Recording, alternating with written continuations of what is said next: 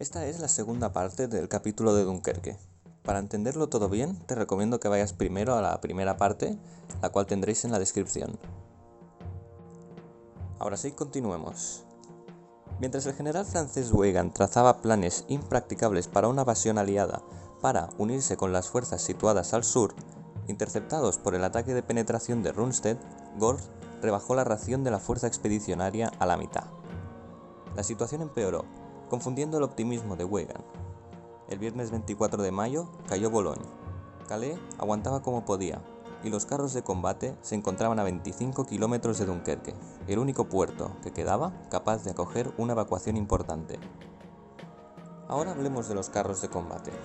El carro de combate Panzer Mk4 de 20 toneladas tenía un cuerpo blindado soldado eléctricamente de hasta 30 milímetros de grosor en algunas partes, particularmente en la delantera. Estaba armado con un cañón de baja velocidad, de cañón corto de 75 milímetros y dos ametralladoras de 7.92 milímetros.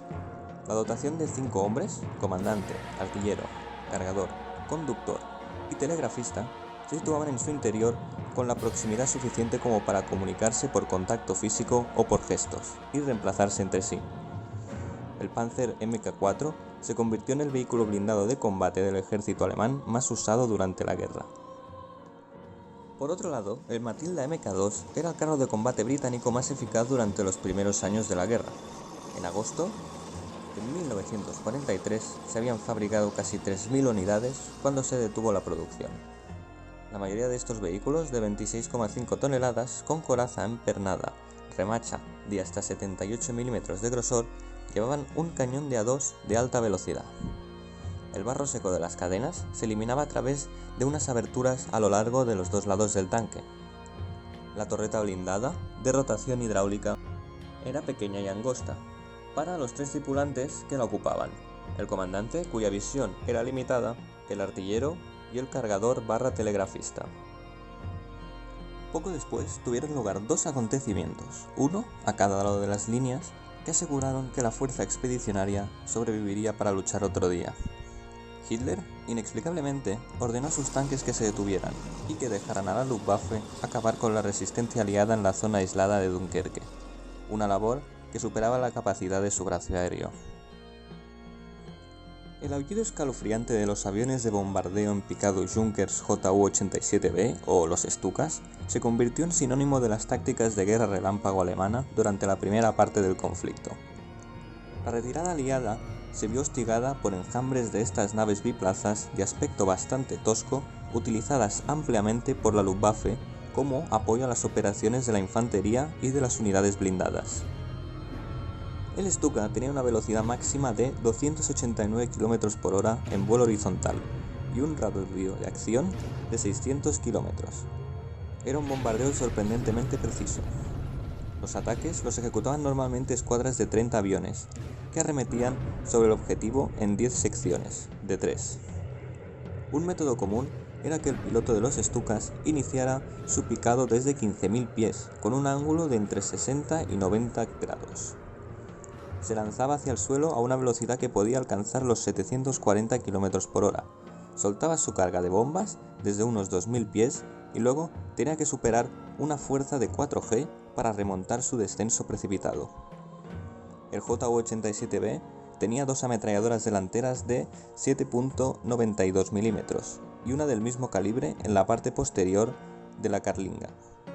Llevaba normalmente 4 bombas de 50 kilos debajo de sus alas y una bomba de 250 kilos debajo del fuselaje.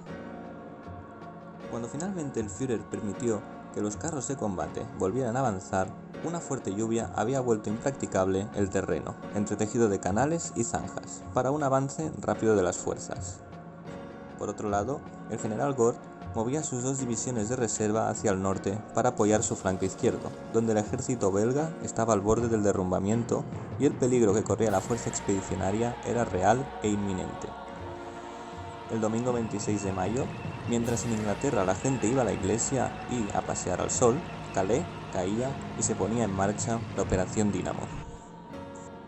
Hablemos también de los comandantes más destacados. El general Erich von Manstein ideó el plan alemán para la invasión de la Europa occidental. Él mismo mandó un cuerpo, además. Sus mayores triunfos, sin embargo, los obtuvo en la campaña rusa, cuando en 1942 su segundo ejército derrotó a los rusos en Crimea y cuando en 1943 estabilizó el frente alemán después del desastre de Stalingrado. El mariscal de campo Fedor von Bock, quien había servido en la campaña polaca, comandó el Grupo B del ejército en el ataque occidental de 1940. Un hombre de rasgos afilados y aspecto severo, era un soldado completamente profesional, que evitaba involucrarse políticamente. Dirigió el Frente Central durante la invasión de Rusia en 1941 y al año siguiente el Grupo Sur, pero en julio fue relegado del mando por Hitler por ser demasiado cauteloso. Por último, en el bando alemán, el mariscal de campo Gerd von Rundstedt, que al igual que Bock, era un soldado profesional de la escuela prusiana que se esforzó poco por disimular su disgusto patricio por el cabo Hitler. Mandó el Grupo A del ejército durante la invasión de Francia y posteriormente el Grupo Sur en Rusia, en 1941-42. En el bando aliado cabría destacar al comandante francés en 1939 y 40, el general Maurice Gamelin. Confiaba en la fuerza de la infantería francesa, aunque menos en la artillería. Tardó demasiado en darse cuenta que la estrategia alemana iba encaminada al Canal de la Mancha, no a París, y fue reemplazado después de que los alemanes abrieran camino el 19 de mayo. Su sucesor, el general Maxim Weygand, contaba con una larga carrera militar. En el momento de su designación, advirtió no garantizar el éxito. De hecho, no tardó mucho en instar al mariscal Pétain a pedir un armisticio. Tanto Weygand como Gamelin fueron deportados a Alemania, pero más tarde fueron liberados, en 1945, cuando la guerra acabó. Por último, en referencia a la Fuerza Expedicionaria Británica, el general Vizconde Gort, que había servido desde 1937 como jefe del Estado Mayor General Imperial, hasta que fue designado para dirigir esta Fuerza Expedicionaria Británica en Francia, en 1939. En 1942-1944 fue responsable de la defensa de Malta.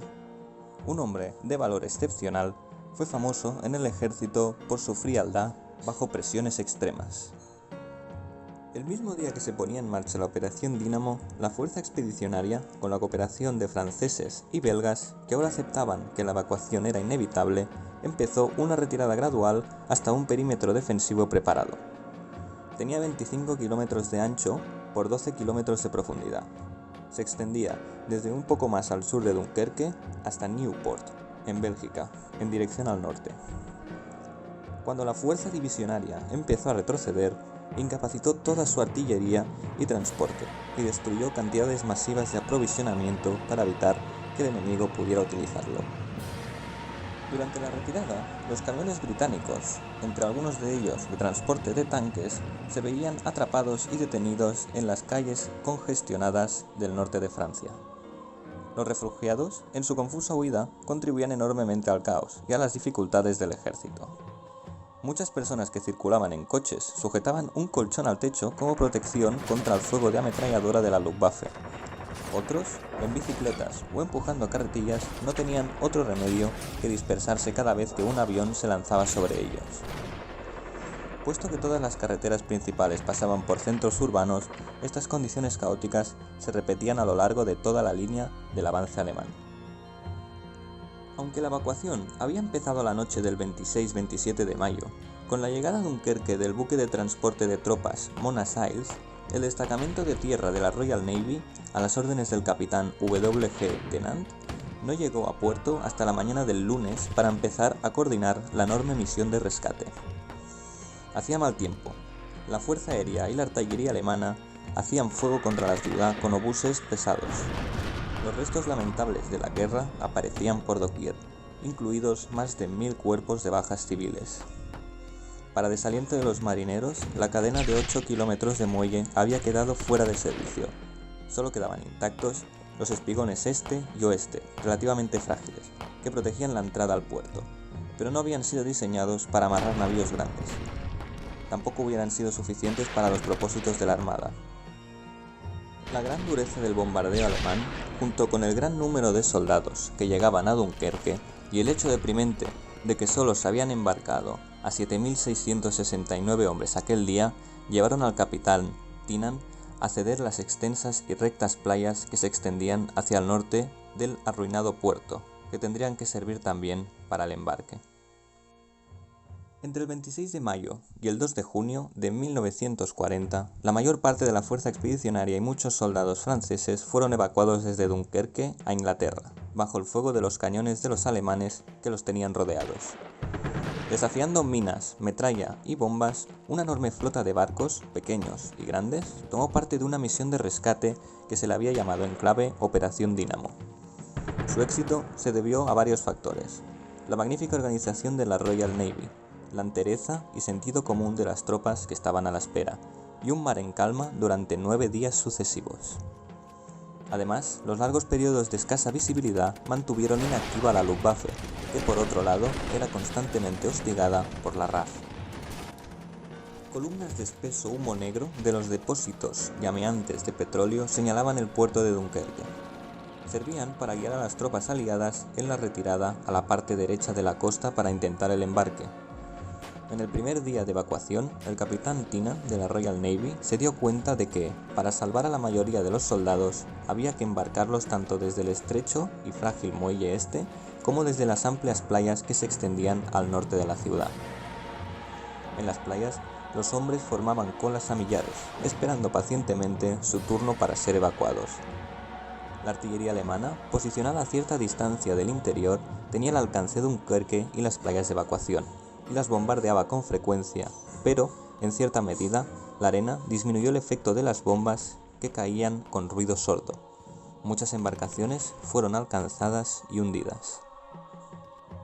Para acelerar el embarque desde las playas, camiones del ejército se introdujeron en el mar donde la profundidad era escasa, y se colocaron unos tras otros para formar embarcaderos improvisados desde los cuales los hombres podían saltar a las embarcaciones bajas que esperaban para recogerlos. Unos 600 barcos grandes, buques de guerra, transbordadores, mercantes, gabarras holandesas, transportaron a la mayoría de los soldados de regreso a Inglaterra. Para transportar a las tropas hasta los barcos de mayor tamaño, que se encontraban en alta mar, se emplearon unas 300 embarcaciones pequeñas, como los pequeños yates de cabina. Una de ellas estaba dirigida por exploradores de mar, muchachos de entre 16 o 17 años, pero la mayoría de los civiles que tomaron parte eran pescadores, marineros de lanchas de salvamento y personas del estilo. La Luftwaffe aparecía cada vez que se levantaba la niebla. De tanto en cuanto, los bombardeos Stuka acababan con los soldados que esperaban y los barcos que tenían que rescatarlos. Algunos aviones fueron derribados por las armas antiaéreas de los barcos. Los aliados habían organizado un perímetro defensivo en torno a Dunkerque antes de su evacuación. La línea se encogió progresivamente ante la presión alemana, pero su fuerza dio la oportunidad a muchos soldados de ser rescatados desde las playas y desde el muelle este. Los soldados franceses que defendían este perímetro no se retiraron hasta que los soldados de la playa habían sido evacuados. Esta hazaña se comparó con los 300 espartanos que defendieron las Termópilas muchos años atrás.